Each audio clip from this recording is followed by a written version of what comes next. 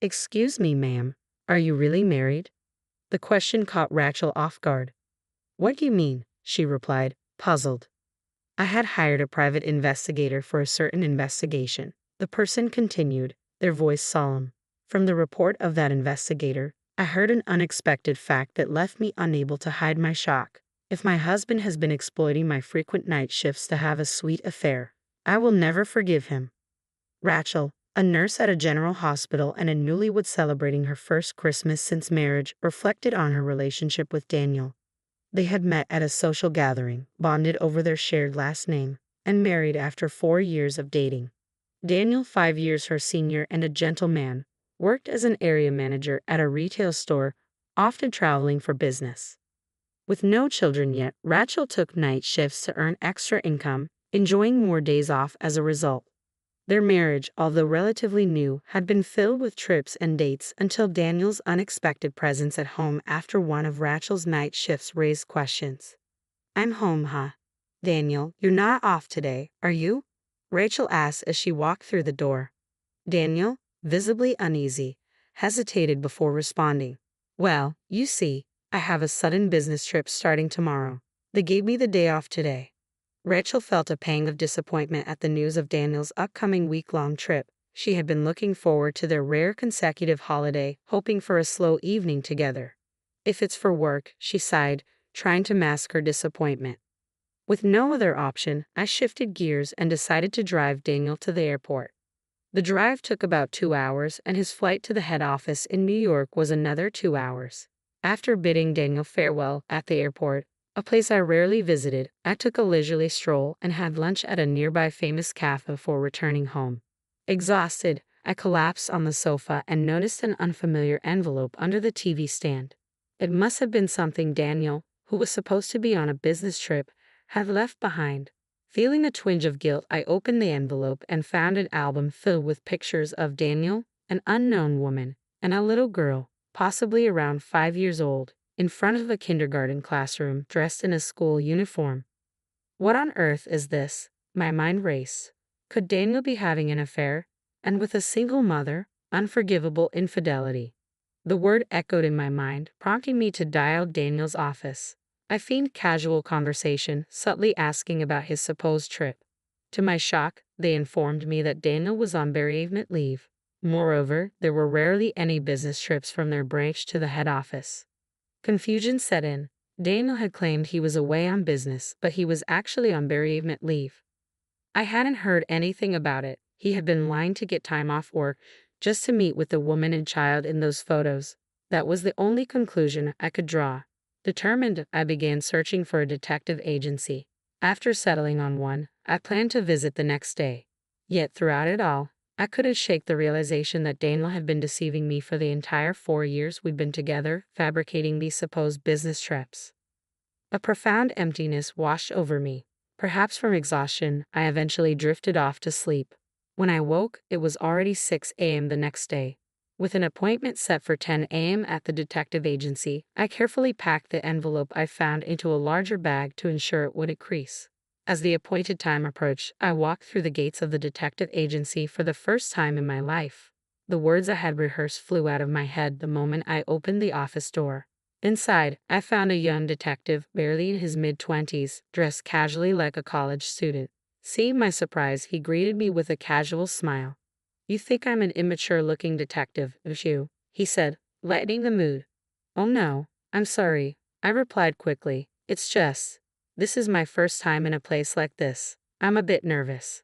He chuckled softly and gestured for me to sit on the sofa, ready to hear my story after a brief exchange. I placed the album, which had ignited my suspicions of Daniel's infidelity, on the table. True to his profession, the detective swiftly began gathering necessary evidence, making coffee with practiced ease. He carefully examined a copy of the photograph showing Daniel, the woman, and the little girl in front of the school. "This is likely a significant clue," he remarked, pointing out the clearly visible name of the school. Without delay, he searched for the preschool online and placed a call from another room. I couldn't see how he obtained the information, but soon he returned with news. The little girl in the photo was indeed enrolled at that preschool, currently on a leave of absence. Located in New York, the investigation would be costly, but I was determined. Despite being a nurse, I had been investing in stocks and forex since adulthood, achieving reasonable returns. Now, I resolved to use these funds for the investigation. The detective estimated the trip's duration uncertain, depending on how quickly we could gather evidence. Yet beyond financial concerns, what drove me was the deep humiliation of being deceived by my husband. I was determined to gather proof at any cost. The detective speculated that once Daniel returned home, the little girl might also resume attending preschool. The next day, I went to work as usual, hiding my turmoil beneath a facade of normalcy. I carefully replaced the envelope and its contents exactly where I had found them. Soon after, I received a message from Daniel, who was supposed to be away for a week, informing me, "Sorry, my business trip is extended by 3 more days. I'll be back on Sunday." Following our plan, I contacted the detective on the day Daniel was scheduled to return home. The detective, eager to begin, flew to New York the next day to initiate the investigation. That evening, I received a surprising call from him, revealing an unexpected development. "During the preliminary investigation, we've uncovered something unexpected," the detective started. "What do you mean?" I asked, bewildered. "I'll be back tomorrow. Can we meet soon?" I responded, urgency in my voice. I visited the detective's office promptly after finishing my night shift the next day, consumed by thoughts of Daniel's possible infidelity. Was he cheating after all? I asked the detective as soon as I arrived. The detective hesitated before responding, his expression grave. "No, I think the situation might be even more serious." His words made me swallow hard. "What do you mean?" "Firstly, it appears true that your husband took bereavement leave from his company. But Mrs., are you sure you're really married to Daniel?" he asked, his tone cautious. "What are you implying?" "We officially registered our marriage 6 months ago," I protested. "In fact," the detective continued, "I followed Daniel and your daughter back from her kindergarten in New York and found their home. According to locals, Daniel has been living alone there for the past 4 years, only returning to New York a few times a year." The revelation hit me like a thunderbolt, leaving me speechless and struggling to comprehend what I had just heard. "I heard he stayed for about a week for his father-in-law's funeral in New York." "No way," I stammered, unable to find words. "Since you and Daniel originally had the same last name, it's hard to say anything definitive at this stage. But I would suggest checking at the city hall," the detective advised after I expressed my gratitude. Following his advice, I went straight to City Hall. There, I requested a copy of the residency certificate for my entire household. What I saw in the document stunned me. Only my name was listed. "No way, there must be some mistake," I exclaimed, feeling a surge of confusion. I appealed to the female City Hall staff member assisting me. She looked distressed as she replied, "Even if you say so, we couldn't find any record of your marriage." Desperate and near tears, I pleaded, "Please check again. My husband's name is Daniel." Despite my pleas, the staff member apologized repeatedly, her remorse genuine. Amidst my overwhelming confusion, I recalled the day we registered our marriage. It was a work day for me, but Daniel insisted it had to be done on that particular auspicious day. I had gone alone to the city hall to submit our marriage registration. Never did I imagine it hadn't been processed. Allowing tears to flow freely, my emotions gradually settled. I apologized and bowed my head before leaving City Hall. On my way home from my night shift, all I could think about was how exhausting everything had become. Drained, I fell asleep on the sofa, contemplating my next steps. When I woke up, Daniel was in the midst of preparing dinner. Seeing him like that reminded me of the woman and the girl in the photo. I was furious about being deceived, but I knew losing my composure now would hinder any action I could take. So I managed to suppress my emotions. From that day on, I put on a smile in front of Daniel. About a week after my visit to City Hall, I began considering how I could learn more about his real life and his wife. Daniel, often forgetful, had left his smartphone at home that day. Since I happened to be off, I thought about delivering it to him but decided to check his phone first.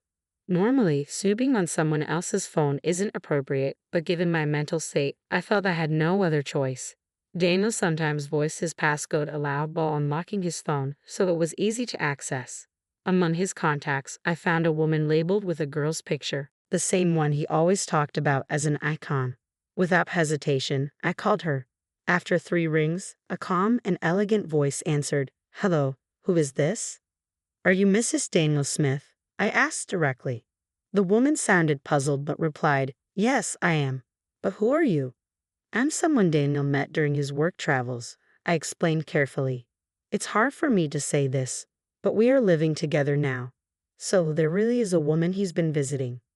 I see, she responded calmly. I was planning to visit my husband who lives there during the end-of-year holidays. Can we talk then? I hadn't expected this turn of events but gladly accepted her generous offer. Around the same time, Daniel mentioned, Sorry, but there's a reunion in my hometown this New Year's, so I'm going back home. I had been eagerly waiting for these words from Daniel. When he finally proposed the meeting, I immediately agreed. According to what his wife told me, Daniel's hometown was in the next town over. I had believed both his parents were deceased and that he had no relatives, but it turned out they were alive and well, residing nearby. With only a month left until the end of the year, I sought out a lawyer specializing in relationships, determined to thoroughly confront and punish Daniel. Until the day of our showdown, I continued to act normally around Daniel, though emotionally it was unbearable. Finally, 1 month later, the day arrived. I told Daniel I had a night shift starting on the 30th and left the house with a smile, wishing him a happy new year. I managed to arrange for vacation days from December 30th to January 2nd under the guise of work obligations. On the 30th, I stayed at a business hotel, and on the morning of the 31st, I met with Daniel's wife at our designated meeting place. There I saw an elegant woman, just as she appeared in the photos, Mary. She had married Daniel 6 years ago, and they had a 5-year-old daughter. After a brief introduction, Mary and I began to execute our plan. Mary had flown in from New York with her parents and daughter. After leaving her daughter with her mother and father in their hotel room, we headed to Daniel's family home. Mary had already spoken to Daniel's parents beforehand, so I was surprised when they greeted me with deep bows upon seeing me. As planned, on the evening of the 31st, Daniel opened the door to his parents' living room. I'm home, he announced. Welcome back. The woman who greeted him with a smile was not his mother, nor was it Mary. It was me. Daniel paled. Why are you here? He stammered. I faced Daniel calmly, with a smile. What's this? Weren't you married to me?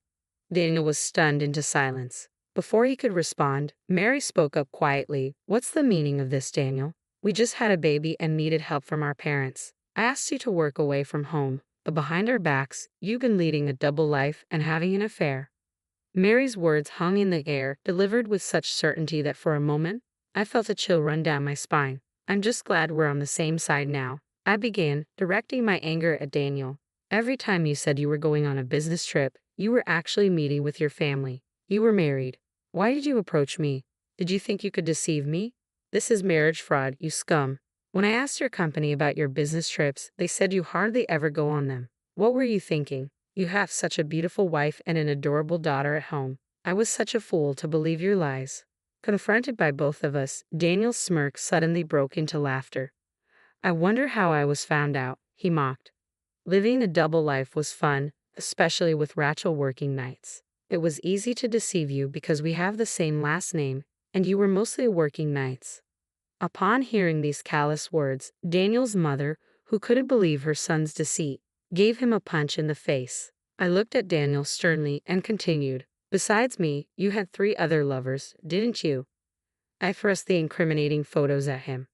Startled, Daniel sputtered, What is this? Are you stalking me? I'll sue you. These are all pieces of evidence gathered by a private investigator I hired because I suspected you were having an affair. I retorted firmly. We're going to make you pay damages to both Mary and me. As I spoke with resolve, Daniel collapsed to the floor, begging for mercy. I'm sorry. Just spare me the damages. I'll continue my relationship with both of you. Just spare me the damages. I was speechless with disbelief. It seemed he was broke from spending too much on his other lovers. I didn't care anymore. Leaving Daniel's childhood home, I told him, I don't even want to speak to you anymore. Let's handle the rest through our lawyers. Afterwards, I worked with my lawyer to file a claim for compensation on grounds of bigamy. I was grateful when the money was successfully recovered. Feeling guilty towards Mary, I offered her some of the compensation, but she refused. In fact, she thanked me for the evidence I provided, and we became friends. According to Mary, she collected compensation from Daniel's other girlfriend and ended her relationship with him. She made sure to secure her fair share of alimony and child support. It turned out one of his mistresses was a colleague, and Daniel was demoted at work, sent to a subsidiary company. At the new company, he was reportedly bossed around by a younger employee and cried every day. He couldn't quit his job because he needed the money to pay off the compensation. Meanwhile, I moved out of the house I had shared with Daniel, renting a place that suited me perfectly for living alone. I embrace a carefree life, visiting New York a few times a year and maintaining a friendship